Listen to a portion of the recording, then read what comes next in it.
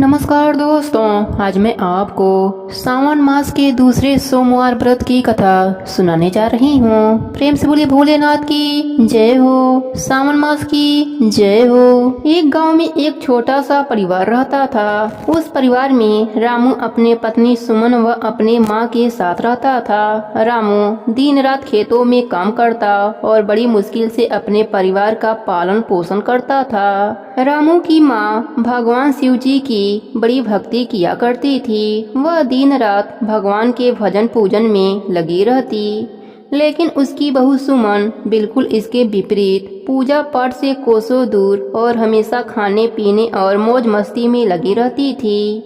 अपने सास के सामने वह सीधी बनकर रहती थी और जब भी उसकी सास मंदिर चली जाती वह पीछे से बढ़िया पकवान बनाकर खाती और सारे पड़ोस में इधर उधर की बुराई भलाई की बातें किया करती थी और अपने सास के वापस आने से पहले घर आ जाती थी। सुमन प्रत्येक सोमवार को शिव जी के मंदिर में शिवलिंग पर दूध चढ़ाया करती थी, जिसके लिए वह पहले से दूध मंगा लेती और एक बर्तन में रख देती थी।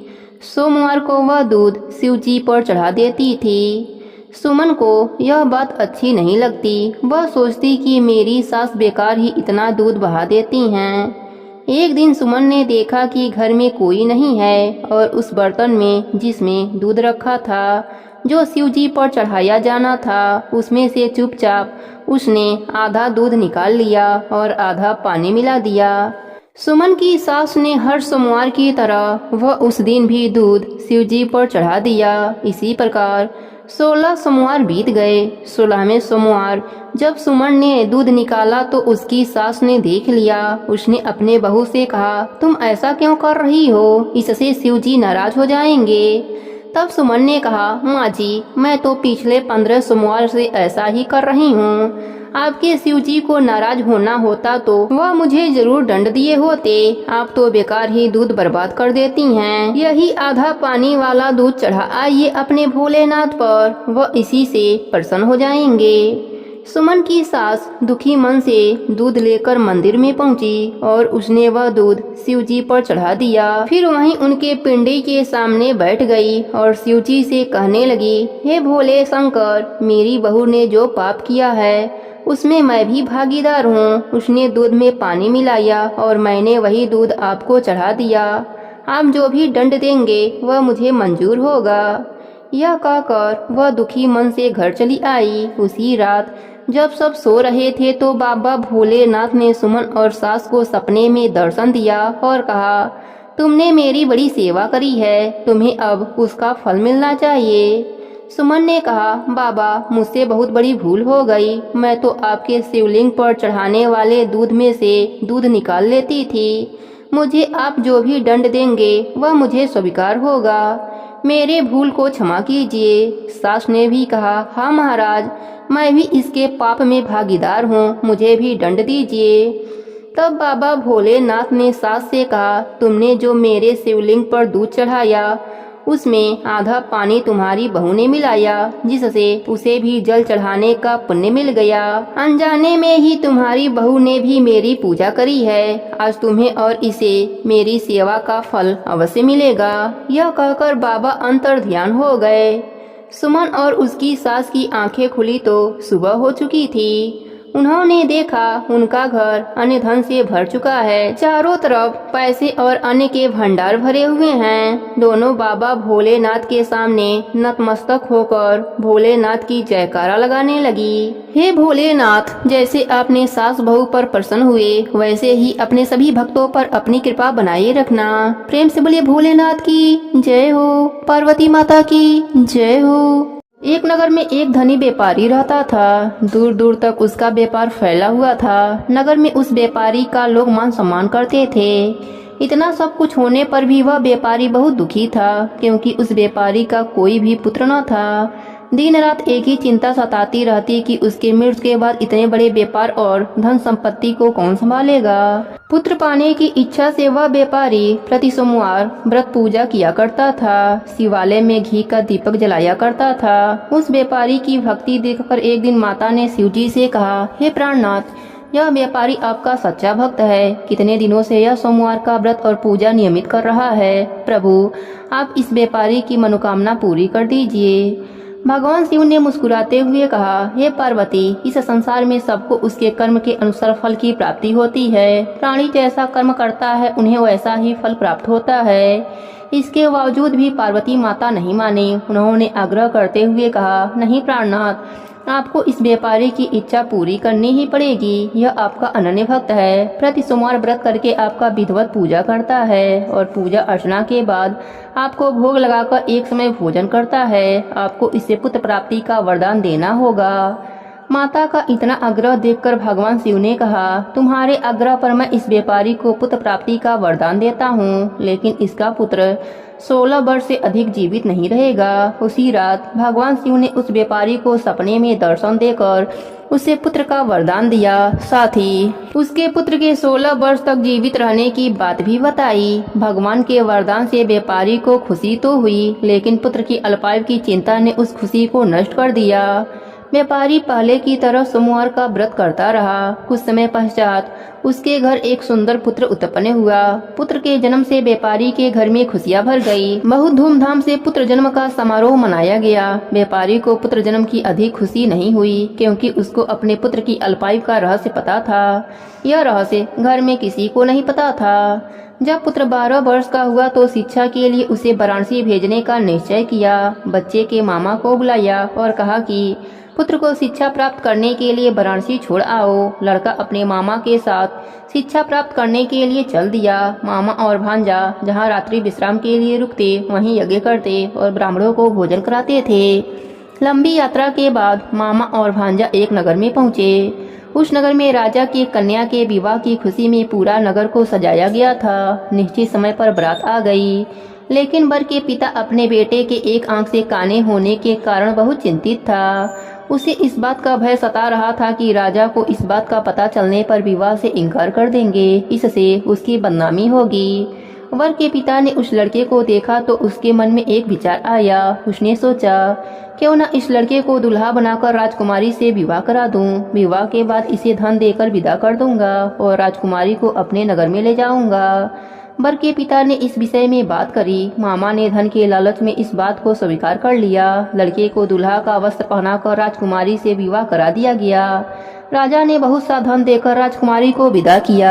लड़का जब लौट रहा था तो सच नहीं छिपा सका और उसने राजकुमारी की ओढ़नी पर लिख दिया कि राजकुमारी, तुम्हारा विवाह तो मेरे साथ हुआ है। मैं तो वाराणसी में शिक्षा प्राप्त करने जा रहा हूँ। अब तुम्हें जिस नवयुवक की पत्नी बनना पड़ेगा वो कान्हा है। जब राजकुमारी ने अपनी ओढ़नी की बात पढ़ी तो उसने काने लड़के के साथ जाने से इनकार कर दिया।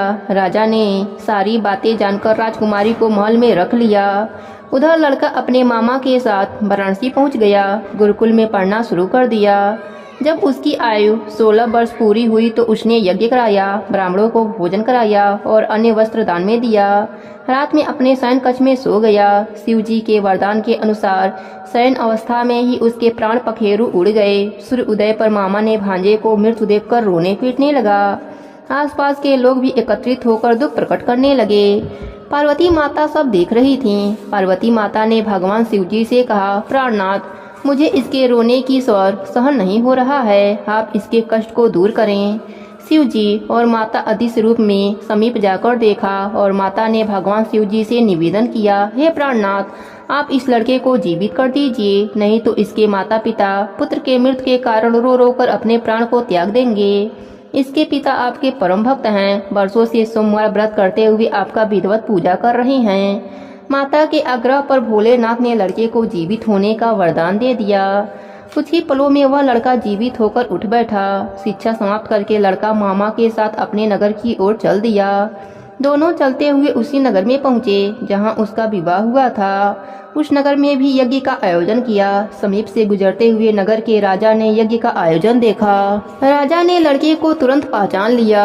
यज्ञ समाप्त होने पर राजा ने मामा भांजे को महल में ले गए और कुछ दिन अपने महल में रखकर बहुत सा धन वस्त्र देकर राजकुमारी के साथ विदा कर दिया। रास्ते में सुरक्षा के लिए राजा ने बहुत से सैनिक को साथ भेजा।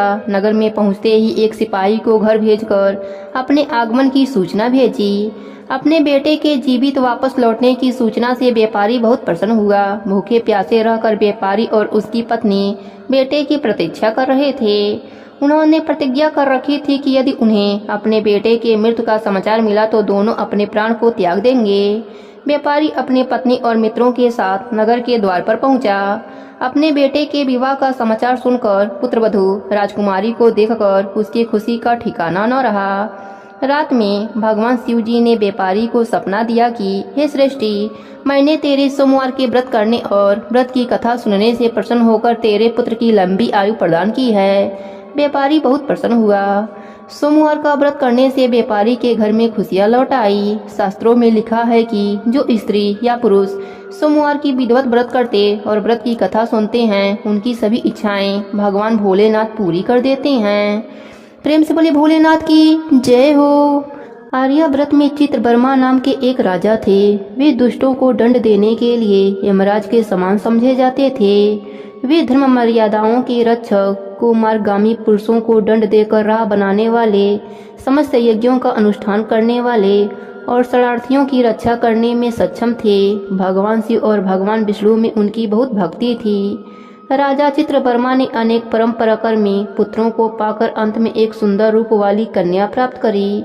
एक दिन राजा ने जातक के लक्षण जानने वाले श्रेष्ठ ब्राह्मण को बुलाकर कन्या के जन्म कुंडली का भावी भविष्य पूछा। तब उन ब्राह्मणों में से एक बहुत विद्वान ब्राह्मण ने कहा, महाराज, यह कन्या श्री मंदनी नाम से प्रसिद्ध होगी। यह भगवती उमा की भांति मंगलमयी, दमयंती की भांति परम सुंदरी और सरस्वती के समान सब कलाओं को जानने वाली तथा लक्ष्मी की भांति अत्यंत सद्गुणों से शोभित होगी। यह 10,000 वर्षों तक अपने स्वामी के साथ आनंद भोगेगी और 8 पुत्रों को जन्म देकर उत्तम सुख का उपभोग करेगी। उसके बाद एक दूसरे ब्राह्मण ने कहा, यह कन्या 14वें वर्ष में विधवा हो जाएगी। यह ब्रज अघात के समान दारुत वचन सुनकर राजा 2 घड़ी तक चिंता में डूबे रहे। उसके बाद सब ब्राह्मणों को विदा करके राजा ने सब कुछ भाग के अनुसार ही मिलता है ऐसा समझकर चिंता छोड़ दिया। श्री मंदनी धीरे धीरे सयानी हुई। अपने सखी के मुख से वैदर्भ की बात सुनकर उसे बड़ा ही खेद हुआ। उसने चिंता मग्न होकर यज्ञकर्ता मुनि की पत्नी मैत्रेयी से पूछा, माता जी, मैं आपके चरणों की शरण में आई हूँ। मुझे सौभाग्य बढ़ाने वाले सत्कर्मों का उपदेश दीजिए। इस प्रकार शरण में आए हुई कन्या से पतिव्रता मैत्रेयी ने कहा, हे सुंदरी, तू शिव सहित पार्वती जी के शरण में जा और सोमवार को एकाग्रचित होकर स्नान व उपवास पूर्वक स्वच्छ वस्त्र धारण करके शिव पार्वती का पूजन कर। सोमवार के दिन शिव और माता पार्वती की आराधना कर।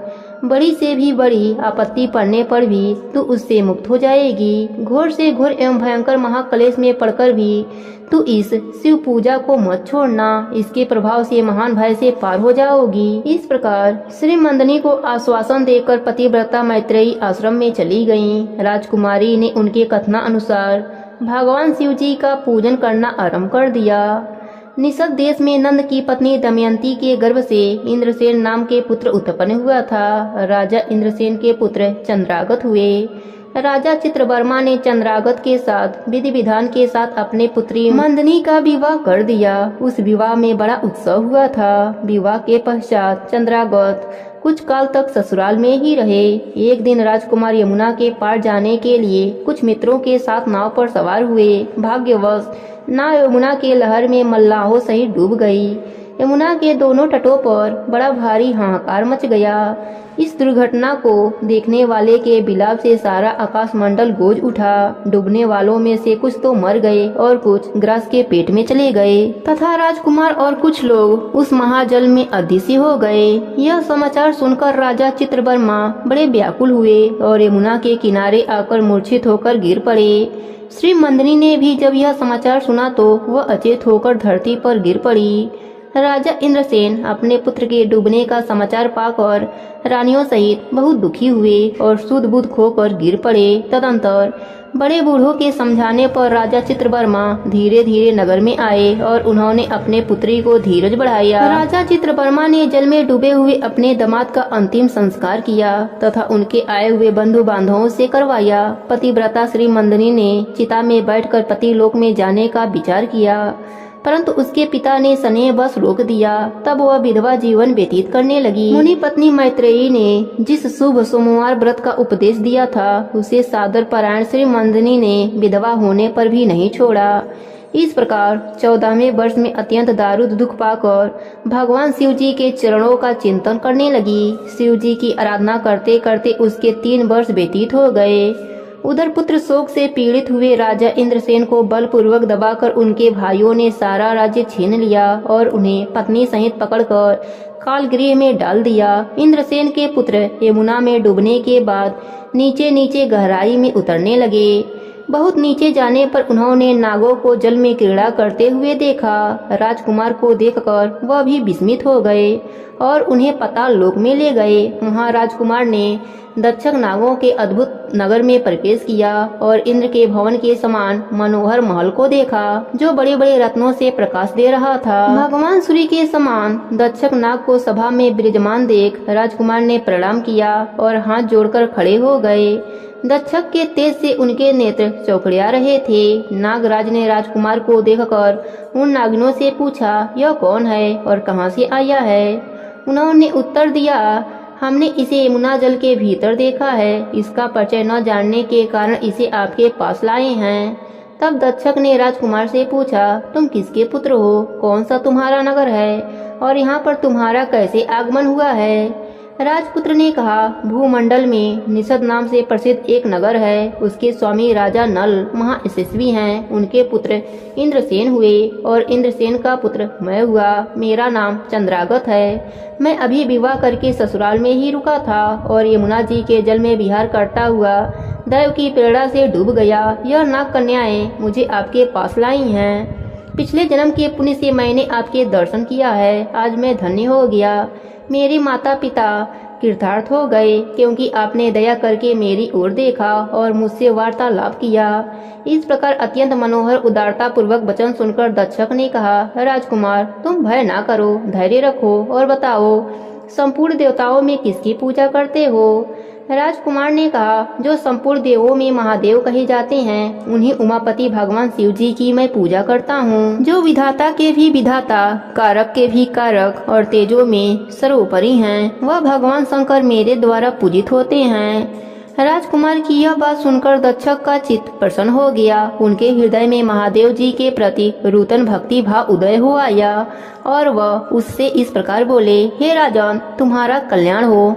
मैं तुम पर बहुत प्रसन्न हूँ क्योंकि तुम बालक होकर भी सर्वकृत शिव तत्व को जानने वाले हो। यह रत्नमहल लोक है। यहाँ मनमोहन नेत्रों वाली युक्तियाँ हैं। यहाँ मनोवांछित मनोकामना पूर्ण करने वाले कल्प वृक्ष हैं तथा यह अमृत रूपी जल है। यहाँ मृत्यु का दारुद भय नहीं है। बुढ़ापा और रोग से यहाँ कोई भी पीड़ित नहीं है। तुम इच्छा अनुसार यहाँ रहो और यथा योग्य सुखों को भोगो।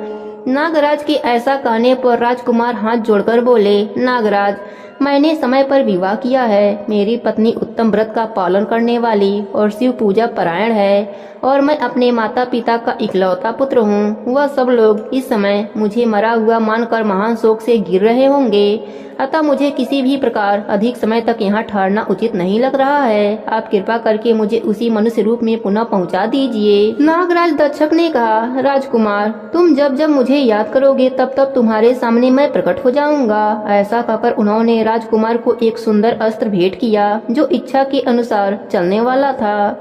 अनेक प्रकार के दीपों समूहों और लोकों में उसकी अप्रत्यक्ष गति थी। इसके सिवाय राजकुमार को रत्नों का आभूषण, दिव्य वस्त्र एवं दिव्य अलंकार भेंट किया। उनकी सहायता के लिए सारी व्यवस्था करने के बाद दक्षक ने उन्हें विदा किया। राजकुमार उस घोड़े पर सवार होकर निकले और थोड़ी ही देर में यमुना के जल से बाहर आकर उस दिव्य अश्व पर चढ़े हुए ही नदी के रमणीय तट पर घूमने लगे। उसी समय पतिव्रता श्री मंदिनी ने अपने सखियों से घिरी हुई वहां स्नान करने के लिए आई।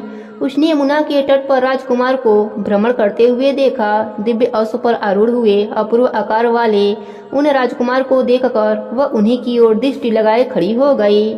उसे देखकर चंद्रागत ने भी मन ही मन विचार किया, जान पड़ता है इसे कभी मैंने पहले देखा है। तत्पश्चात वह घोड़े से उतरकर नदी के किनारे आ बैठे और उस सुंदरी को बुलाकर समीप बैठाकर पूछा, तुम कौन हो, किसकी स्त्री और किसकी कन्या हो?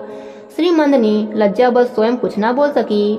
तब उसकी सखियों ने सारी बातें बताई। इसका नाम श्रीमंदनी है। यह निषद राज्य इंद्रसेन की पुत्रवधू युवराज चंद्रावत की रानी तथा महाराज चित्रवर्मा की पुत्री है। दुर्भाग्यवश इसके पति इस महाजल में डूब गए। इस वैदर्भ दुख के कारण शोक से सूखती जा रही है। अत्यंत प्रबल शोक में इसने 3 वर्ष व्यतीत कर लिए हैं। आज सोमवार का दिन है, इसलिए यहाँ यमुना में स्नान करने के लिए आई है। इसके ससुर का राज्य भी शत्रुओं ने छीन लिया है, बलपूर्वक उस पर अधिकार जमा लिया है और वे महाराज अपनी पत्नी के साथ उनकी कैद में पड़े हैं। यह सब होने पर भी यह निर्मल अंतःकरण वाली सदाचार परायण राजकुमारी प्रति सोमवार को अत्यंत भक्ति भाव के साथ महादेव जी का पूजन करती है। उत्तम व्रत का पालन करने वाली श्रीमंदनी ने अपनी सखी के मुख से सारी बातें कहलवा कर स्वयं राजकुमार से पूछा, आप कौन हैं?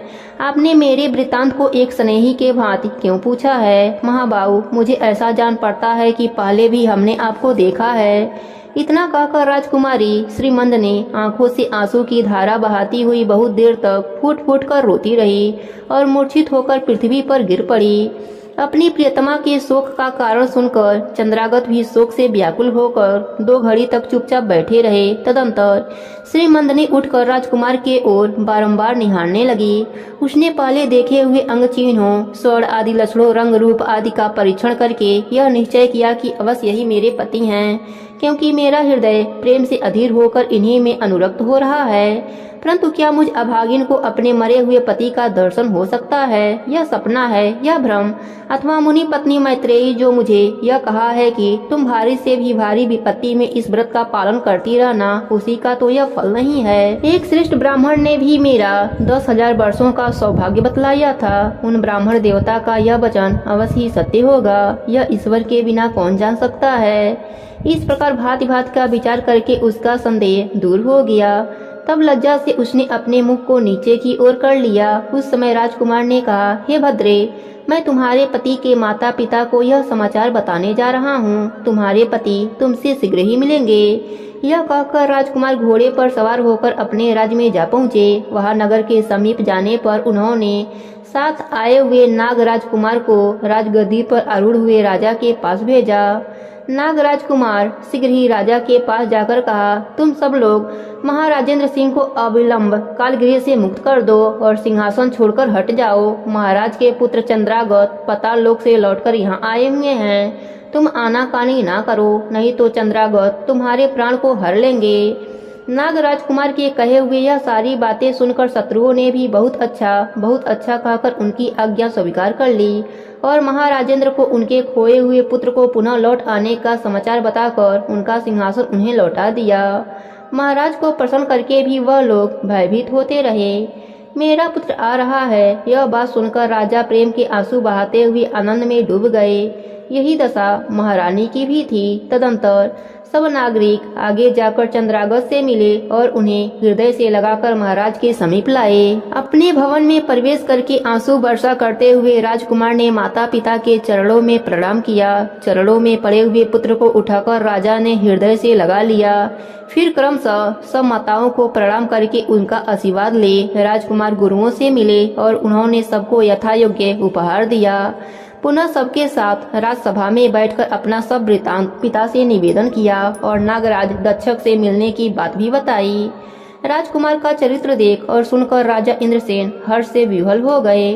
उन्होंने अपने मन में यही माना कि मैंने अपने पुत्र वधू भगवान भोलेनाथ की आराधना करके इस अनुपम सौभाग्य का अर्जन किया है। राजा ने मंगलवरी वार्ता लोगों के द्वारा महाराज चित्रवर्मा को भी भेजी। यह अमृतमयी वार्ता सुनकर महाराज चित्रवर्मा आनंद से विह्वल हो गए और बड़े बेग से उठकर उन्होंने संदेश वाहकों को उपहार में बहुत सा धन दिया। फिर अपने पुत्री को बुलाकर उन्होंने उसे वैदर्भ के चिन्हों का परित्याग करवाया और उसे नाना प्रकार के आभूषणों से से विभूषित किया। तत्पश्चात समूचे राष्ट्र, गांव, नगर आदि में बड़ा भारी उत्सव हुआ। सब लोगों ने राजकुमारी के सदाचार की बड़ी प्रशंसा करी। चैत्रवर्मा ने इंद्रसेन के पुत्र चंद्रागत को बुलाकर श्री मंदनी को उनके साथ विदा कर दिया। राजकुमार ने दक्षक के वहां से लाए गए उपहार अपने पत्नी को अलंकृत किया। इस प्रकार शुभ मुहूर्त में अपने पत्नी को साथ लेकर ससुर की आज्ञा से चंद्रागत पुनः अपने नगर में लौट आए। महाराज इंद्रसेन ने अपने पुत्र को राज सिंहासन पर बैठाकर तपस्या करने, भगवान शिव की आराधना करके योगी पुरुषों को उपलब्ध होने वाली उत्तम गति प्राप्त करी। राजा चंद्रागत अपने पत्नी श्री मंदनी के साथ 10,000 वर्षों तक नाना प्रकार विषयों का उपभोग किया। उन्होंने 8 पुत्रों और 1 कन्या को जन्म दिया। श्री मंदनी प्रतिदिन भगवान भोलेनाथ की पूजा करती हुई अपने स्वामी के साथ सुखपूर्वक रहने लगी। उसने सोमवार व्रत के प्रभाव से अपना खोया हुआ सौभाग्य प्राप्त कर लिया था। हे भोलेनाथ, अपने सभी भक्तों पर अपनी कृपा बनाए रखना। प्रेम से बोली भोलेनाथ की जय हो, पार्वती माता की जय हो। मृत्युलोक में विवाह करने की इच्छा करके एक समय श्री भूतनाथ महादेव जी माता पार्वती के साथ पधारे। वहां वे भ्रमण करते करते विदर्भ देश अमरावती नाम की अति रमणीय नगरी में पहुँचे। अमरावती नगरी अमरपुरी के सदृश सब प्रकार के सुखों से परिपूर्ण थी। उसमें वहां के महाराज का बनाया हुआ अति रमणीय शिव जी का मंदिर बना था। उसमें भगवान शंकर भगवती पार्वती के साथ निवास करने लगे। एक समय माता पार्वती प्राणपति को प्रसन्न देख के मनोविनोद करने की इच्छा से बोली, हे महाराज, आज तो हम और आप दोनों चौसर खेलें। शिव जी ने प्राण प्रिया की बात को मान लिया और चौसर खेलने लगे। उसी समय इस स्थान पर मंदिर का पुजारी ब्राह्मण मंदिर में पूजा करने को आया। माता जी ने ब्राह्मण से प्रश्न किया कि पुजारी जी बताओ कि इस बाजी में हम दोनों में से किसकी जीत होगी। ब्राह्मण बिना विचारे ही शीघ्र बोल उठा कि महादेव जी की जीत होगी। थोड़ी देर में बाजी समाप्त हो गई और पार्वती जी की विजय हुई। अब तो पार्वती जी ब्राह्मण को झूठ बोलने के अपराध के कारण श्राप देने को उद्यत हुईं। तब महादेव जी ने पार्वती जी को बहुत समझाया, परंतु उन्होंने ब्राह्मण को कोढ़ी होने का श्राप दे दिया। कुछ समय बाद पार्वती जी के श्रापवश पुजारी के शरीर में कोढ़ पैदा हो गया। इस प्रकार पुजारी अनेक प्रकार से दुखी रहने लगा। इस तरह के कष्ट भोगते हुए जब बहुत दिन हो गए तो देवलोक की अप्सराएं शिव जी की पूजा करने उसी मंदिर में पधारीं और पुजारी के कष्ट को देख बड़े दया भाव से उससे रोगी होने का कारण पूछने लगीं। पुजारी ने निसंकोच सब बातें उनसे कह दी। वे अप्सराएं बोलीं, हे पुजारी, अब तुम अधिक दुखी मत होना। भगवान शिव जी तुम्हारे कष्ट को दूर कर देंगे। तुम सब बातों में श्रेष्ठ 16 सोमवार का व्रत भक्ति भाव से करो। तब पुजारी अप्सराओं से हाथ जोड़कर विनम्र भाव से 16 सोमवार व्रत की विधि पूछने लगा। अप्सराएं बोलीं कि जिस दिन सोमवार हो उस दिन भक्ति के साथ व्रत करो। स्वच्छ वस्त्र पहनो, आधा सेर गेहूं का आटा लो, उसके 3 अंग बनाओ और घी, गुड़, दीप, नैवेद्य, पुंगी फल, बेलपत्र, जनेऊ का जोड़ा, चंदन, अक्षत, पुष्प आदि के द्वारा प्रदोष काल में भगवान शंकर का विधि से पूजन करो। तत्पश्चात अंगौरों में से एक शिव जी को अर्पण करो, बाकी 2 को शिव जी का प्रसाद समझकर उपस्थित जनों में बांट दो और आप भी प्रसाद पाओ। इस विधि से 16 सोमवार व्रत करो। तत्पश्चात 17वें सोमवार के दिन पाव सेर पवित्र गेहूं के आटे की बाटी बनाओ। तदनुसार घी और गुड़ मिलाकर चूरमा बनाओ और शिव जी का भोग लगाकर उपस्थित भक्तों में बांट दो। पीछे आप सकुटुंब प्रसादी लो तो भगवान शिव जी की कृपा से उसके मनोरथ पूर्ण हो जाते हैं। ऐसा कहकर अप्सराएं स्वर्गलोक को चली गईं। ब्राह्मण ने यथाविधि 16 सोमवार व्रत किया तथा भगवान शिव जी की कृपा से रोग मुक्त होकर आनंद से रहने लगा। कुछ दिन के बाद जब फिर शिव जी और पार्वती जी उस मंदिर में पधारीं, तब ब्राह्मण को निरोग देखकर पार्वती माता ने ब्राह्मण से रोग मुक्त होने का कारण पूछा तो ब्राह्मण ने 16 सोमवार व्रत कथा कह सुनाई। तब तो पार्वती जी अति प्रसन्न होकर ब्राह्मण से व्रत की विधि पूछकर व्रत करने को तैयार हुईं। व्रत करने के बाद उनकी मनोकामना पूर्ण हुई तथा उनके रूठे पुत्र स्वामी कार्तिकेय स्वयं माता के आज्ञाकारी हुए। परंतु कार्तिकेय जी को अपने विचार परिवर्तन का रहस्य जानने की इच्छा हुई और माता से बोले, हे माता जी, आपने ऐसा कौन सा उपाय किया जिससे मेरा मन आपकी ओर आकर्षित हुआ। तब पार्वती जी ने वही 16 सोमवार व्रत कथा को कह सुनाई। स्वामी कार्तिकेय जी बोले कि इस व्रत को मैं भी करूंगा, क्योंकि मेरा प्रिय मित्र ब्राह्मण दुखी दिल से परदेश गया है, उसे मिलने की इच्छा बहुत हो रही है। कार्तिकेय जी ने भी इस व्रत को किया और उनका प्रिय मित्र मिल गया। मित्र ने इस आकस्मिक मिलन का भेद कार्तिकेय जी से पूछा तो वे बोले, हे मित्र, हमने तुम्हारे मिलने की इच्छा करके 16 सोमवार का व्रत किया था। अब तो ब्राह्मण मित्र को भी अपने विवाह की बड़ी इच्छा हुई। कार्तिकेय जी से व्रत की विधि पूछी और यथा विधि व्रत किया। व्रत के प्रभाव से जब वह किसी कार्यवश विदेश गया तो वहाँ के राजा की लड़की का स्वयंवर था। राजा ने प्रण किया था कि जिस राजकुमार के गले में माला हथनी डाल देगी, मैं उसी के साथ पुत्री का विवाह कर दूंगा। शिव जी की कृपा से ब्राह्मण भी स्वयंवर देखने की इच्छा से राजसभा में एक ओर बैठ गया। नियत समय पर हथनी आई और उसने जयमाला उस ब्राह्मण के गले में डाल दी। राजा के प्रतिज्ञा के अनुसार बड़ी धूमधाम से कन्या का विवाह उस ब्राह्मण के साथ करा दिया गया और ब्राह्मण को बहुत सा धन और सम्मान देकर संतुष्ट किया। ब्राह्मण सुंदर राजकन्या पाकर सुख से जीवन व्यतीत करने लगा। एक दिन राजकन्या ने अपने पति से प्रश्न किया, हे प्राणनाथ, आपने ऐसा कौन सा भारी पुण्य किया जिसके प्रभाव से हथनी ने सब राजकुमारों को छोड़कर आपको वरण किया। ब्राह्मण बोला, हे प्राण प्रिय, मैंने अपने मित्र कार्तिकेय जी के कथना अनुसार 16 सोमवार का व्रत किया था, जिसके प्रभाव से मुझे तुम जैसी स्वरूपवान लक्ष्मी की प्राप्ति हुई। व्रत की महिमा को सुनकर राजकन्या को बड़ा आश्चर्य हुआ और वह भी पुत्र की कामना करके व्रत करने लगी। शिव जी की दया से उसके गर्भ से एक अति सुंदर, सुशील, धर्मात्मा और विद्वान पुत्र उत्पन्न हुआ। माता पिता दोनों उस देव पुत्र को पाकर अति प्रसन्न हुए और उसका लालन पालन भली प्रकार से करने लगे। जब पुत्र समझदार हुआ तो एक दिन अपने माता से प्रश्न किया कि माँ, तूने कौन सा तप किया है जो मेरे जैसा पुत्र तेरे गर्भ से उत्पन्न हुआ। माता ने पुत्र का प्रबल मनोरथ जान के अपने किए हुए 16 सोमवार व्रत को विधि सहित पुत्र के सम्मुख प्रकट कर दिया। पुत्र ने ऐसे सरल व्रत को सब तरह के मनोरथ पूर्ण करने वाला सुना तो वह भी इस व्रत को राज्याधिकार पाने की इच्छा से हर सोमवार को यथाविधि व्रत करने लगा।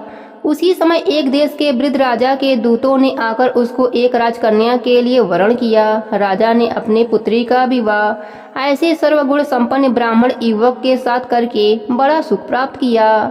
वृद्ध राजा के देवगंत हो जाने पर यही ब्राह्मण बालक गद्दी पर बैठाया गया, क्योंकि देवगंत भूप के कोई भी पुत्र न था। राज्य का अधिकारी होकर भी वह ब्राह्मण पुत्र अपने 16 सोमवार के व्रत को करता रहा। जब 17वां सोमवार आया तो विप्र पुत्र ने अपने प्रियतमा से सब पूजन सामग्री लेकर शिवालय में चलने के लिए कहा, परंतु प्रियतमा ने उसकी आज्ञा की परवाह नहीं करी। दास दासियों द्वारा सब सामग्रियों को शिवालय भिजवा दिया और अपने नहीं गई। जब राजा ने शिव जी का पूजन समाप्त किया तब आकाशवाणी राजा के प्रति हुई। राजा ने सुना कि हे राजा, अपनी इस रानी को राजमहल से निकाल दो, नहीं तो तेरा सर्वनाश कर देगी। बाणी को सुनकर राजा के आश्चर्य का ठिकाना न रहा और तत्काल ही मत्रागृह में आकर अपने सभासदों को बुलाकर पूछने लगा कि हे मंत्रियों, मुझे आज शिव जी की बाणी हुई है कि राजा तू अपनी इस रानी को निकाल दो, नहीं तो यह तेरा सर्वनाश कर देगी। मंत्री आज सब बड़े विस्मय और दुख में डूब गए, क्योंकि जिस कन्या के साथ राज्य मिला है राजा उसी को निकलवाने की जाल रचता है, यह कैसे हो सकेगा। अंत में राजा ने उसे अपने यहाँ से निकाल दिया। रानी दुखी हृदय भाग्य को कोसती हुई नगर के बाहर चली गई। बिना पद पात्र, फटे वस्त्र पहने, भूख से दुखी धीरे धीरे चलकर एक नगर में पहुंची। वहाँ एक बुढ़िया सूत काटकर बेचने को जा रही थी। रानी की करुणिक दशा देखकर बोली, चल तू मेरा सूत बिकवा दे, मैं वृद्ध हूँ, भाव नहीं जानती हूँ। ऐसी बात सुनकर रानी ने बुढ़िया के सर से सूत की गठरी उतारकर अपने सर पर रख लिया। थोड़ी देर बाद आंधी आई और बुढ़िया का सूत की पोटली के सहित उड़ गया। बेचारी बुढ़िया पछताती रह गई और रानी को अपने से दूर रहने को कह दिया। अब रानी एक तेली के घर गई तो तेली के सब मटके शिव जी के प्रकोप के कारण छटक गए। ऐसी दशा देख तेली ने रानी को अपने घर से निकाल दिया। इस प्रकार रानी अत्यंत दुखी पाती हुई सरिता के तट पर पहुंची तो सरिता का समस्त जल सूख गया। तत्पश्चात रानी एक वन में गईं। वहां जाकर सरोवर में सीढ़ी से उतर पानी पीने को गईं। उनके हाथ से जल स्पर्श होते ही सरोवर का नीलकमल के सदिश जल असंख्य कीड़ों से भर गया और गंदा हो गया। रानी ने भाग्य पर दोष आरोपण करते हुए उस जल का पान करके एक पेड़ की शीतल छाया में विश्राम करना चाहा। वह रानी जिस पेड़ के नीचे जाती उस पेड़ के पत्ते तत्काल ही गिरने लगते। वन सरोवर के जल की ऐसी दशा देखकर गऊ चराने वाले ग्वालों ने अपने गुसाई जी से, जो उस जंगल में स्थित मंदिर में पुजारी थे, उनसे कही। गुसाई जी के आदेश अनुसार ग्वाले रानी को पकड़कर गुसाई के पास ले गए। रानी के मुख क्रांति और शरीर शोभा देख गुसाई जी जान गए यह अवश्य कोई विध की गति की मारी कोई कुलीन अबला है। ऐसा सोच पुजारी जी ने रानी के प्रति कहा कि पुत्री, मैं तुमको पुत्री के समान रखूंगा। तुम मेरे आश्रम में ही रहो, मैं तुमको किसी भी प्रकार का कष्ट नहीं होने दूंगा। गुसाई के ऐसे वचन सुन रानी को धीरज हुआ और आश्रम में रहने लगी। आश्रम में रानी जो भोजन बनाती उनमें कीड़े पड़ जाते, जल भर के लावे उसमें कीड़े पड़ जाते। अब तो गुसाई जी भी दुखी हुए और रानी से बोले कि हे बेटी, तेरे पर कौन से देवता का कोप हुआ है जिससे तेरी ऐसी दशा हुई है। पुजारी की बात सुन रानी ने शिव जी की पूजा करने न जाने की कथा सुनाई तो पुजारी जी शिव जी महाराज की अनेक प्रकार से स्तुति करते हुए रानी के प्रति बोले कि पुत्री, तुम सब मनोरथों को पूर्ण करने वाले 16 सोमवार का व्रत करो, उसके प्रभाव से अनेक कष्ट से मुक्त हो जाओगी। गुसाई की बात सुनकर रानी ने 16 सोमवार व्रत को विधिवत संपन्न किया और 17वें सोमवार को पूजन के प्रभाव से राजा के हृदय में विचार उत्पन्न हुआ कि रानी को गए बहुत समय व्यतीत हो गए, न जाने कहां कहां भटकती होंगी, ढूंढना चाहिए। यह सोच रानी की तलाश करने चारों दिशाओं में दूत भेजे गए। वे तलाश करते हुए पुजारी के आश्रम में रानी को पाकर पुजारी से रानी को मांगने लगे, परंतु पुजारी ने उनसे मना कर दिया। तो दूत चुपचाप लौटे और आकर महाराज के सम्मुख रानी का पता बतलाने लगे। रानी का पता पाकर राजा स्वयं पुजारी के आश्रम में गए और पुजारी से प्रार्थना करने लगे कि महाराज, जो देवी आपके आश्रम में रहती हैं वह मेरी पत्नी हैं। शिव जी के कोप से मैंने इनका त्याग कर दिया था। अब इन पर शिव जी का प्रकोप शांत हो गया है, इसलिए मैं इन्हें लिवाने आया हूँ। आप इन्हें मेरे साथ चलने की आज्ञा दे दीजिए। गुसाई जी ने राजा के वचन को सत्य समझकर रानी को राजा के साथ जाने की आज्ञा दे दी। गुसाई की आज्ञा पाकर रानी प्रसन्न होकर राजा के महल में आई। नगर में अनेक प्रकार के बाजे बजने लगे। नगर वासियों ने नगर के दरवाजे पर तोरण बंदरवारों से विविध विधि से नगर को सजाया। घर घर में मंगल गान होने लगे। पंडितों ने विविध वेद मंत्रों का उच्चारण करके अपनी राजधानी का आवाहन किया। इस प्रकार रानी ने पुनः अपनी राजधानी में प्रवेश किया। महाराज ने अनेक तरह से ब्राह्मणों को दान आदि देकर संतुष्ट किया। याचकों को धन्य धान्य दिया गया। नगरी में स्थान स्थान पर सदा व्रत खुलवाए गए, जहाँ भूखों को खाने को मिलता था। इस प्रकार से राजा शिव जी की कृपा का पात्र हो राजधानी में रानी के साथ अनेक तरह के सुखों का भोग करते सोमवार व्रत करने लगे। विधिवत शिव पूजन करते हुए लोक में अनेकानेक सुखों को भोगने के पश्चात शिवपुरी को पधारे। ऐसे ही जो मनुष्य मनसा वाचा कर्मणा द्वारा भक्ति सहित सोमवार का व्रत पूजन इत्यादि विधिवत करता है, वह इस श्लोक में समस्त सुखों को भोग कर अंत में शिवपुरी को प्राप्त होता है। यह व्रत सब मनोरथों को पूर्ण करने वाला है। प्रेम से बोलिए भोलेनाथ की जय हो, पार्वती माता की जय हो, गणेश भगवान की जय हो, सावन मास की जय हो। नारद जी ने एक बार भोलेनाथ की स्तुति कर पूछा कि हे प्रभु, आपको प्रसन्न करने के लिए सबसे उत्तम और सुलभ साधन क्या है। हे त्रिलोकीनाथ, आप तो निर्विकार और निष्काम हैं और आप सहज ही प्रसन्न हो जाते हैं। फिर भी मेरी जानने की इच्छा है कि आपको क्या प्रिय है। शिव जी बोले, हे नारद जी, वैसे तो मुझे भक्त के भाव सबसे प्रिय हैं, फिर भी आपने पूछा है तो बताता हूँ। जल के साथ बेलपत्र बहुत ही प्रिय है। जो अखंड बेलपत्र मुझे श्रद्धा से अर्पित करते हैं, मैं उन्हें अपने लोक में स्थान देता हूँ। नारद जी भगवान शंकर और माता पार्वती को प्रणाम करके अपने लोक को चले गए। उनके जाने के पश्चात माता पार्वती ने शिव जी से पूछा, हे प्रभु, मेरी यह जानने की बड़ी इच्छा है कि आपको बेलपत्र इतने प्रिय क्यों हैं।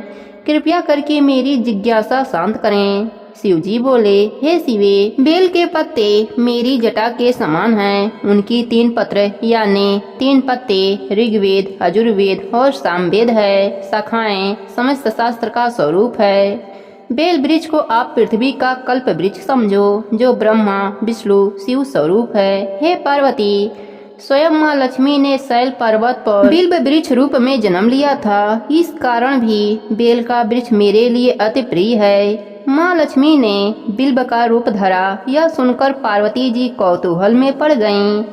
पार्वती जी कौतूहल से उपजी जिज्ञासा को रोक ना पाईं। उन्होंने पूछा, देवी लक्ष्मी ने आखिर बेल वृक्ष का रूप क्यों लिया? आप यह कथा विस्तार से कहें। भोलेनाथ ने देवी पार्वती को कथा सुनाई। हे देवी, सतयुग में ज्योतिर्रूप में मेरे अंश का रामेश्वर लिंग था। ब्रह्मा आदि देवों ने उसका विधिवत पूजन अर्चन किया था।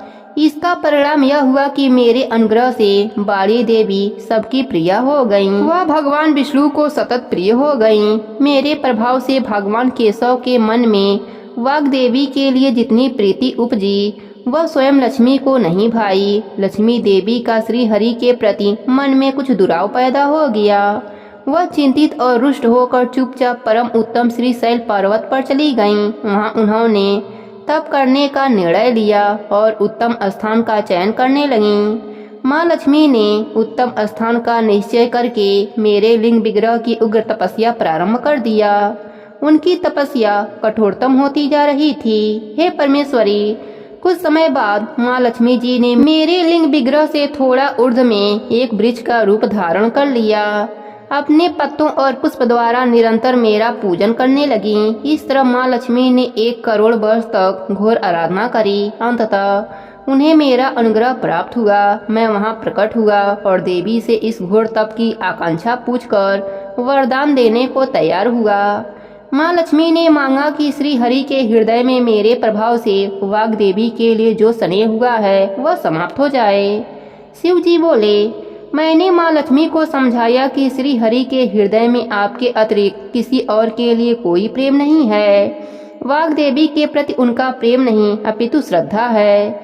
यह सुनकर लक्ष्मी जी प्रसन्न हो गईं और पुनः श्री विष्णु जी के हृदय में स्थिर होकर निरंतर उनके साथ विहार करने लगीं। हे पार्वती, महालक्ष्मी के हृदय का एक बड़ा विकार इस प्रकार से दूर हुआ था। इस कारण हरिप्रिया उसी वृक्ष रूप में सर्वदा अतिशय भक्ति से भरकर यत्न पूर्वक मेरी पूजा करने लगीं। हे पार्वती, इसी कारण बेल का वृक्ष, उसके पत्ते, फल, फूल आदि मुझे बहुत प्रिय हैं।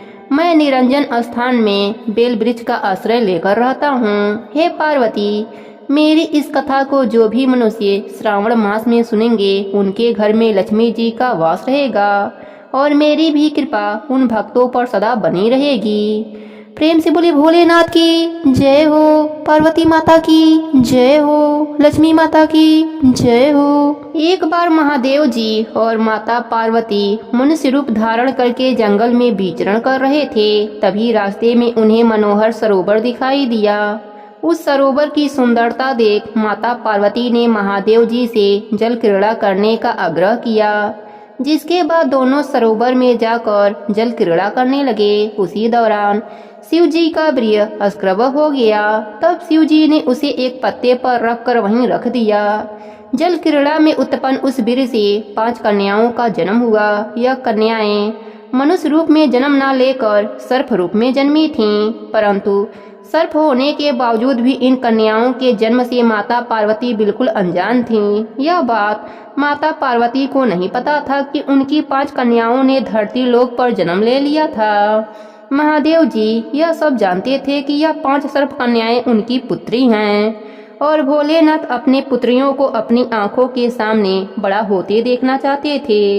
उनके साथ समय बिताना चाहते थे, लेकिन महादेव जी ऐसा नहीं कर सकते थे। जिसके बाद वह रोजाना उसी जंगल के सरोवर में जाते और अपनी 5 पुत्रियों के साथ खेलते थे और समय बिताते थे। रोजाना महादेव जी को चोरी छिपे उस जंगल के सरोवर में जाते देख माता पार्वती को महादेव जी पर शंका हुआ। अगले दिन महादेव जी जब सबसे छुपकर उसी जंगल के सरोवर में जाने लगे, तब माता पार्वती महादेव जी के पीछे पीछे चल दिया। महादेव जी को जंगल के सरोवर में 5 नाग कन्याओं के साथ खेलता देख माता पार्वती को क्रोध आ गया और उन्होंने उन नाग कन्याओं को मारना चाहा। जैसे ही माता पार्वती ने उन नाग कन्याओं को मारने के लिए अपना पैर आगे बढ़ाया, तभी महादेव जी ने माता पार्वती को रोक दिया और कहा, यह नाग कन्याएं तुम्हारी ही पुत्री हैं, तुम इन नाग कन्याओं की माता हो। यह सुनकर माता पार्वती को बड़ा आश्चर्य हुआ कि यह नाग कन्याएं उनकी पुत्री कैसे हो सकती हैं। तब शिवजी ने माता पार्वती को उन नाग कन्याओं के जन्म के बारे में पूरी बात बताई। कथा को सुनकर देवी पार्वती का क्रोध शांत हो गया और वह हंसने लगीं। तब भगवान शिवजी ने माता पार्वती को बताया कि उन कन्याओं के नाम जया, विषधर, शामिलबारी, देव और दोतली है। भगवान शिवजी ने यह भी बताया कि जो भी मेरी पुत्रियों का पूजा करेगा उनको कभी भी सर्प से भय नहीं सताएगा। उनको और उनके परिवार के लोगों को सर्प से कोई भी नुकसान नहीं होगा। यही कारण है कि सांपों को नहीं मारा जाता है। सनातन धर्म में हर एक बात के पीछे कहानी होती है। प्रेम से बोले भोलेनाथ की जय हो, पार्वती माता की जय हो, उनकी 5 कन्याओं की जय हो। एक गांव में एक बुढ़िया माई अपने बेटे के साथ रहती थी। दोनों माँ बेटे मेहनत मजदूरी करके अपना गुजारा चलाते थे और उसे अपने पुत्र का विवाह कर देना चाहिए और बहू घर में लाना चाहिए। बुढ़िया ने कुछ समय बाद अपने बेटे का विवाह करा दिया और घर में बहू ला दी। बुढ़िया की बहू बहुत ही सुंदर और संस्कारिक थी। वह नित्य प्रति जल्दी उठती, घर को बहारती, स्नान आदि कार्य कर भगवान शिव जी का पूजन करती, कथा कहानी कहती और सुनती। पूजा का कार्य बहू अपने घर पर ही रहकर करती। विवाह के कुछ समय बाद सावन का महीना आया। बुढ़िया की बहू भोलेनाथ की परम भक्त थी, तो उसके मन में यह विचार आया कि वह सावन मास में मंदिर जाकर शिवलिंग सींचे, पूजा पाठ करे, कथा कहानी सुने।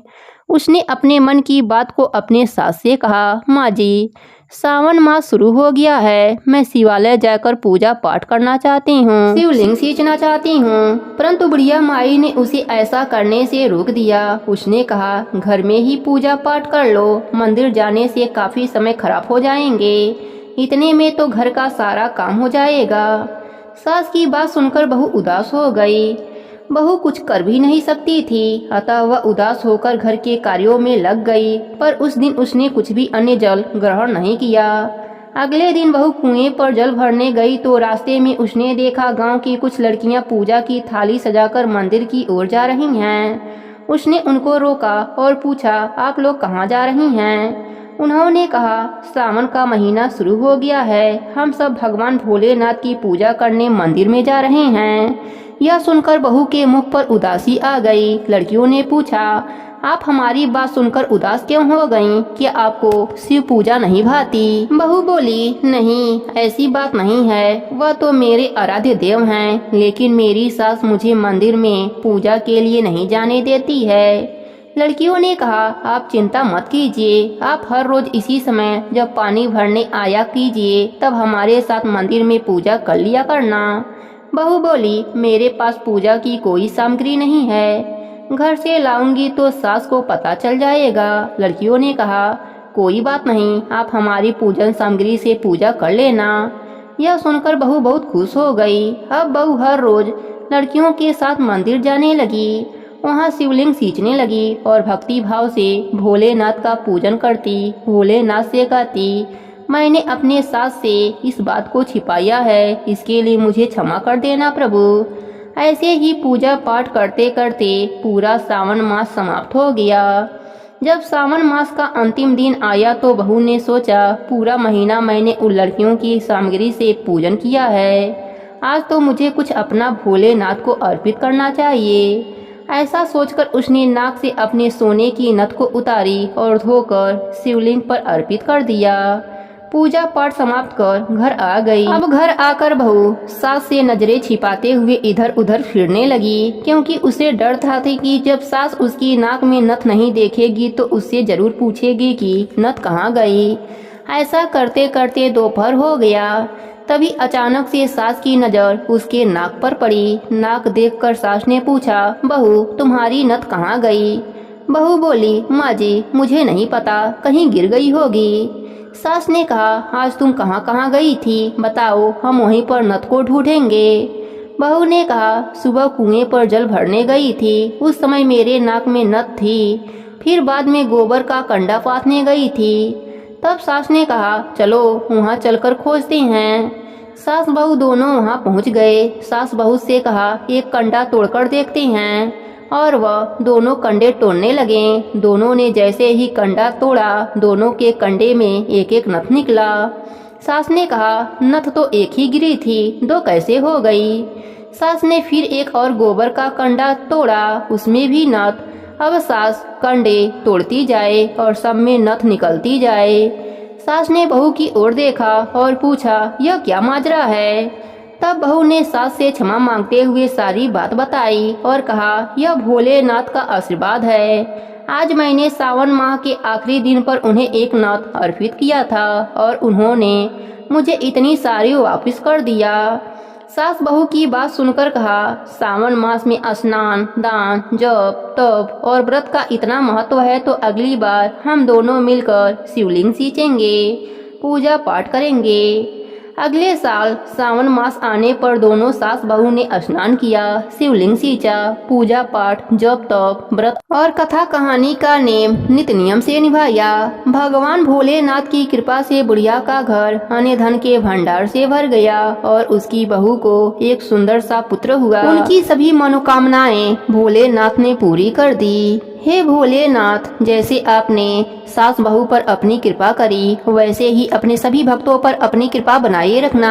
प्रेम से बोलिए भोलेनाथ की जय हो, पार्वती माता की जय हो। एक गरीब ब्राह्मण था। वह रोजाना भोलेनाथ को जल चढ़ाता था। उसके पास कोई भी पात्र न था, इसलिए वह रोजाना दोनों हाथों में और मुंह में पानी भरकर ले जाता और भोलेनाथ के शिवलिंग पर मुंह का पानी और हाथों के पानी से नहला देता था। उसी ब्राह्मण के सामने बहुत बड़ा साहूकार रहता था। वह भी रोजाना शिव जी की पूजा आराधना करता था। संयोग से दोनों एक समय ही जल चढ़ाते थे, तो साहूकार ब्राह्मण को देखकर तिलमिला उठता था और बुरी नजर से देखता था और मन में सोचता था कि मैं तो चांदी के सिरंगी से पंचामृत लेकर चढ़ाता हूँ, शिवलिंग का अभिषेक करता हूँ और यह ब्राह्मण मेरी पूजन विधि को बिगाड़ देता है, भगवान को जूठा जल चढ़ाता है।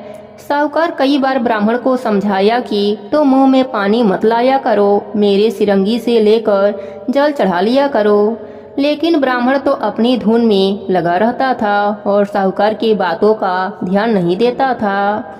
यह सब भगवान भोलेनाथ देखते व सुनते थे। एक दिन भोलेनाथ ने सोचा कि दोनों की परीक्षा लेनी चाहिए कि किसमें कितना सच्ची भक्ति है। एक दिन ब्राह्मण व साहूकार दोनों एक साथ घर से निकले।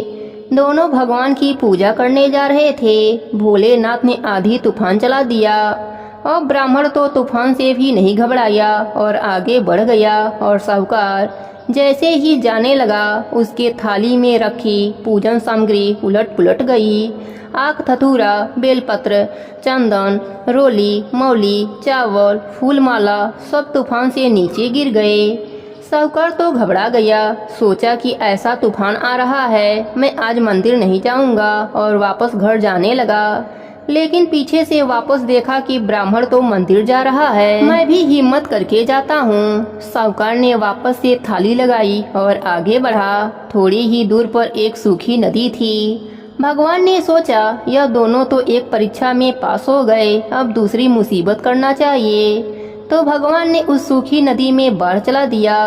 अब पानी बहुत बेग से आ रहा था। दोनों नदी के पास जाकर खड़े हो गए। अब ब्राह्मण ने सोचा कि भगवान को जल चढ़ाने का नियम है, उसे नहीं तोड़ना चाहिए। मैं तो बिना भगवान के जल चढ़ाए रह नहीं सकता। मुझे तो जाना ही चाहिए। अगर पानी के बहाव में बह भी गया तो कोई बात नहीं, एक दिन तो मरना ही है, यह तो निश्चित है। इस संसार को छोड़कर एक दिन जरूर जाना होगा। फिर इस देह का मोह क्या करना, आज नहीं तो कल मरना ही है। आया है सो तो जाएगा जरूर, राजा हो या फकीर, फिर मुझे सोचना नहीं चाहिए। और नदी उस पार मंदिर है तो नदी पार करके जल जरूर चढ़ाऊंगा। वह तो हिम्मत करके ओम नमः शिवाय का नाम लेकर नदी में कूद गया और गोते लगाता हुआ नदी के दूसरे किनारे पर पहुंच गया। इधर साहूकार ने देखा कि नदी में बाढ़ बहुत तेज है। अगर मैं कूद गया तो पानी के बहाव में बह जाऊंगा। जानबूझकर मौत के मुंह में क्यों जाऊं? मर गया तो पत्नी बच्चे रोते रहेंगे और सारा कारोबार भी समाप्त हो जाएगा। मंदिर की पूजा तो कल कर लेंगे। साहूकार तो मन में सोचता हुआ वापस घर आ गया। अब इधर ब्राह्मण मंदिर के द्वार पर पहुंच गया तो भोलेनाथ ने सोचा कि ब्राह्मण की भक्ति तो बहुत सच्ची है और अब भोलेनाथ को भी मजा आने लगा। सोचे देखते हैं, एक परीक्षा और ले लेते हैं, अगर इसमें पास हो गया तो इसको दर्शन दे दूंगा। जैसे ही ब्राह्मण मंदिर के अंदर प्रवेश करने लगा, भोलेनाथ ने मंदिर के छत से पटरियां गिराना शुरू कर दिया। अब धड़ाधड़ पटरियां गिरने लगी। ब्राह्मण ने सोचा अगर एक भी पटरी भगवान के शिवलिंग पर गिर गई तो मूर्ति खंडित हो जाएगी, तो सारी जनता पूजन करने कहाँ जाएगी। इस गांव में एक ही तो मंदिर है, दूर दूर तक कहीं भी मंदिर नजर नहीं आता। मुझे शिवलिंग की रक्षा करनी चाहिए। ब्राह्मण तुरंत शिवलिंग के ऊपर लेट गया। सोचा मैं मर गया तो कोई बात नहीं, लेकिन भगवान के शिवलिंग को कुछ नहीं होना चाहिए। वह जैसे ही शिवलिंग पर लेटा, भगवान ने तूफान रोक दिया और भोलेनाथ ने साक्षात दर्शन दिए और ब्राह्मण को गले से लगा लिया और कहा मांगो, तुम्हें क्या चाहिए, हम तुम्हारी भक्ति से अति प्रसन्न हैं। ब्राह्मण ने कहा प्रभु मुझे क्या चाहिए, मुझे तो आपके दर्शन हो गए और इससे बड़ा क्या चाहिए। लेकिन भगवान ने जोर देकर कहा कि नहीं ब्राह्मण, कुछ तो मांग ले। ब्राह्मण ने कहा अगर आप देना ही चाहते हैं तो केवल एक रामझारा दे दो, जिससे मैं आपको जल चढ़ा सकूं, और अपनी भक्ति दे दो कि जब तक मैं जीवित रहूं सदा आपका ही गुणगान गाता रहूं, और मुझे कुछ नहीं चाहिए। भोलेनाथ को हंसी आ गई और वह बोले ब्राह्मण तुम कितने भोले हो। ब्राह्मण ने कहा कि प्रभु मनुष्य अपने जीवन में कितना भी होशियार हो, कितना भी धन दौलत वैभव हो, पर मरने के बाद उसके साथ कुछ नहीं जाता। उसकी होशियारी चतुराई यहीं पर रह जाती है, उसके साथ केवल भगवान की भक्ति जाती है। आपके दर्शन हो गए, मेरा तो जीवन सफल हो गया। भगवान ने उसकी बातें सुनी, लेकिन भोलेनाथ तो कुछ ऐसे हैं जो अपने भक्तों को बिना मांगे ही सब कुछ दे देते हैं। भगवान ने ब्राह्मण को धन दौलत वैभव आदि सब कुछ दे दिया। वह ब्राह्मण आशीर्वाद लेकर घर आया तो अपनी झोपड़ी ढूंढने लगा, लेकिन उसके झोपड़ी नहीं मिली। उस जगह उसे बहुत सुंदर सा महल मिला। वह खूब ठाट बाट से उसमें रहने लगा। अब उसके पास साहूकार से भी ज्यादा धन दौलत हो गया। साहूकार उसके सामने नहीं आता था और अपनी गलती पर पछताता था। भगवान भोलेनाथ ऐसे ही हैं, वे बिना मांगे ही सब कुछ दे देते हैं। हे भोलेनाथ, जैसे आपने बिना मांगे ब्राह्मण को दर्शन दिया और बहुत सा धन दौलत वैभव दिया, वैसे ही अपने सभी भक्तों पर अपनी कृपा बनाए रखना। प्रेम से बोलिए भोलेनाथ की जय हो। एक बार श्रावण के महीने में सभी देवियां देवलोक से मृतलोक में झूला झूलने के लिए आई हुई थीं। उनमें लक्ष्मी जी, सरस्वती जी और पार्वती जी तीनों देवियां भी थीं। अब लक्ष्मी जी और सरस्वती जी तो सज धज के गहने पहनकर आई हुई थीं, लेकिन पार्वती जी साधारण भेष में आंख धतूरा के फूल लगाकर आ जाती। लक्ष्मी जी को यह अच्छा नहीं लगता था। वह अभिमान में बोली, पार्वती जी आप गहने पहनकर क्यों नहीं आती हैं, हमें शर्म आता है। यह कहकर पार्वती जी का मजाक बनाती। एक दिन लक्ष्मी जी ने कहा, आपको भोलेनाथ गहने नहीं दे सकते हैं तो हमसे उधार ले लीजिए। पार्वती जी पतिव्रता देवी थीं।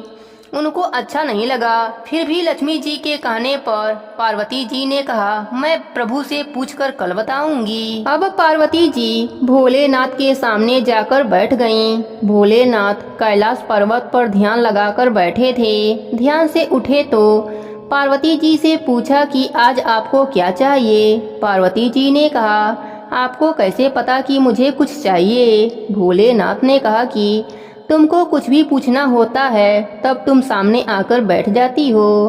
तो पार्वती जी शर्मा गईं और उन्होंने बताया कि हम तीनों देवियां झूला झूलने के लिए धरती लोक पर जाते हैं। वहां पर लक्ष्मी जी हमारा मजाक बनाती हैं कि भगवान आपको गहने क्यों नहीं पहनाते हैं। इस पर भोलेनाथ ने कहा, क्या तुमने बताया नहीं कि हम कैलाश पर्वत पर जंगल में रहते हैं और राक्षस चारों ओर घूमते रहते हैं, इसलिए हम गहने नहीं पहन सकते। पर पार्वती माता ने कहा कि सुहागिन औरतों को त्योहार पर नथ पंचम मणियां तो पहनना ही चाहिए। लक्ष्मी जी मेरे को उधार दे रही थीं, आपका हुक्म हो तो उधार ले लूं। भगवान भोलेनाथ बोले कि कभी भी किसी से उधार वस्तु नहीं लेनी चाहिए। अगर वह वस्तु खो जाए तो अगला उस वस्तु की दुगनी कीमत मांगेगा तो भी देना पड़ता है। यह हमें अच्छा नहीं लगता। अगर आपका मन जेवर पहनने का है तो हम जैसा कहें वैसा करना। भगवान भोलेनाथ ने अपने सिर से जटा का एक बाल तोड़कर दे दिया कि इसके बराबर सोना लेकर आ जाओ, हम उससे गहना गढ़वा देंगे। पार्वती जी ने सोचा कि इतने से सोने में गहने कहाँ से बनेंगे, लेकिन पार्वती जी पति आज्ञा मानकर दूसरे दिन चली गईं। और आते ही लक्ष्मी जी ने पूछा कि आपके प्रभु ने क्या कहा। इस पर पार्वती जी ने कहा कि प्रभु ने यह बाल दिया है, इस बाल के बराबर सोना चाहिए, उससे गहना बनवा लेंगे। पार्वती जी बात सुनकर हंसी और बोली, इससे क्या गहना बनेगा। लेकिन पार्वती माता ने कहा कि इतना ही तोल कर देना।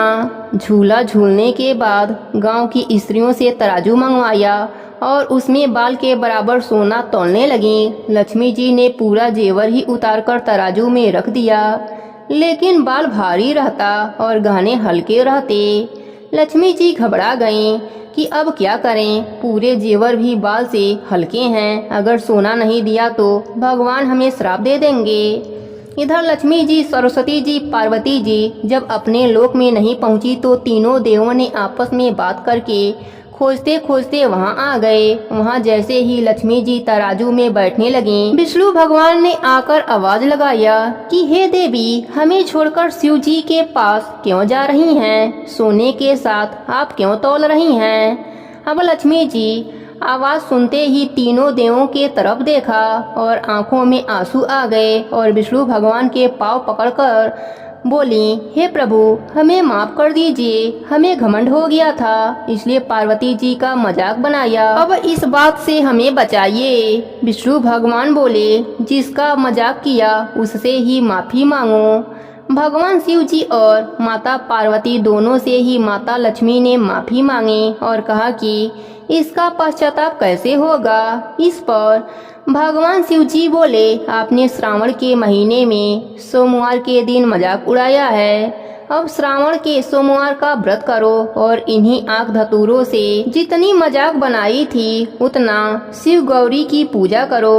अब लक्ष्मी जी सुबह जल्दी स्नान करके थाली में दूध, चीनी, रोली मोली, चावल, हरी दूबा, आंख धतूरे, फल, बेलपत्र, नारियल, दक्षिणा, चंदन, जनेऊ, सुपारी, घी का दीपक इत्यादि से भगवान विष्णु जी के साथ श्रावण के सोमवार का विशेष पूजा आराधना करने लगी। भगवान भोलेनाथ को पंचामृत से अभिषेक किया, वह आंख धतूरा चढ़ाया और श्रावण के सोमवार का व्रत किया, तब जाकर उनका यह दोष मिटा। हे भोलेनाथ, हे माता पार्वती, जैसे आपने लक्ष्मी माता का श्राप मिटाया वैसे ही सबका दुख दूर करना, धन्य धान देना, सुख संपत्ति देना। प्रेम से बोली भोलेनाथ की जय हो, पार्वती माता की जय हो। अब सुनते हैं शिव चालीसा का पाठ। प्रेम से बोली भोलेनाथ की जय हो। जय गणेश गिरजा सुमन, मंगल मोल सुजान, कहत अयोध्या दासे तुम, देव अभय वरदान। जय गिरजापति दीन दयाला, सदा करत संतन प्रतिपाला। भाल चंद्रमा सोहते नीके, कानन कुंडल नागे फनीके। अंगे गौरी शिव गंगे बहाए, मुंडे माल तने छारे लगाए। वस्त्र खाल बागंभरी सोहे, छवि को देख नाग मुनि मोहे। मैना मातु को हमें दुलारी, वाम अंगे सोहते छवि नारी। कर त्रिशूल बागंबर धारी, करत सदा शत्रुन क्षयकारी। नंदी गणेश सोहे तह कैसे, सागर मध्य कमल है जैसे। कार्तिक श्याम और गणे राम, या छवि को कहीं जात न काऊं। देवन जब ही जाए पुकारा, तब ही दुख प्रभु आप निवारा। कियो उपद्रव ताकत भारी, देवन सब मिली तुम ही जुहारी। तुरत खड़ानन आपे पठायऊं, लौ निमेष महामारी गिरायऊं। आप जलंधर असुर सहारा, सुयस तुम्हारा विदित संसारा। त्रिपुरासुर संग युद्ध मचाई, सब ही कृपा करी लीने बचाई। किया तप ही भागीरथ भारी, पुरा प्रतिज्ञा तासु पुरारी। दानी नमः तुम सम को उदाही, सेवक स्तुति करत सदाही। वेद माई महिमा तव गाई, अकथ अनादि भेद नहीं पाई। प्रकटि उदति मंथन ते ज्वाला, करत सुरासुर भय विहाला। की दाया तह करी सहाई, नीलकंठ तव नाम कहाई। पूजन रामचंद्र जब कीन्हा, जीत के लंक विभीषण दिनहा। सहस कमल में हो रहे धारी, कीह परीक्षा तबहि पुरारी। एक कमल प्रभु राख्यो गोई, कमल नयन पूजन चह सोई। कठिन भक्ति देखी प्रभु शंकर, भय प्रसन्न दिए इच्छित वर। जय जय जय अनंत अविनाशी, करत कृपा सबके घटवासी। दिष्ट सकल नित मोहि सतावे, भ्रमते रहो मोहि चैन न आवे। त्राहि त्राहि मैं नाथ पुकारो, यही अवसर मोहि आने उबारो। ले त्रिशूल शत्रुन को मारो, संकट ते मोहि आने उबारो। माते पिता भ्राता सब होई, संकट में पूछत नहीं कोई। स्वामी एक है आसी तुम्हारी, आए हरहु मम संकट भारी। धन निर्धन को देत सदा ही, जो कोई जांचे सो फल पाही। स्तुति के ही विधि करो तुम्हारी, क्षमहु नाथ अब चूके हमारी। शंकर हो संकट के नाशन, विघ्न विनाशक मंगल कारण। योगी यति मुनि ध्यान लगावे, नारद सारद शीस नसावे। नमो नमो जय नमः शिवाय, सुर ब्रह्मादि पार न पाए। जो यह पाठ करे मन लाई, तापर होत है प्रभु सहाई। ऋणिया जो कोई हो अधिकारी, पाठ करे सो पावन हारी। पुत्र हो न कर इच्छा कोई, निश्चय शिव प्रसाद ते ही होई। पंडित त्रयोदशी को लावे, ध्यान पूर्वक होम करावे। त्रयोदशी व्रत करे हमेशा, तन नाही ताके रहे कलेसा। धूप दीप नैवेद्य चढ़ावे, शंकर सम्मुख पाठ सुनावे। जन्म जन्म के पाप नसावे, अंत्य धाम में शिवपुर में पावे।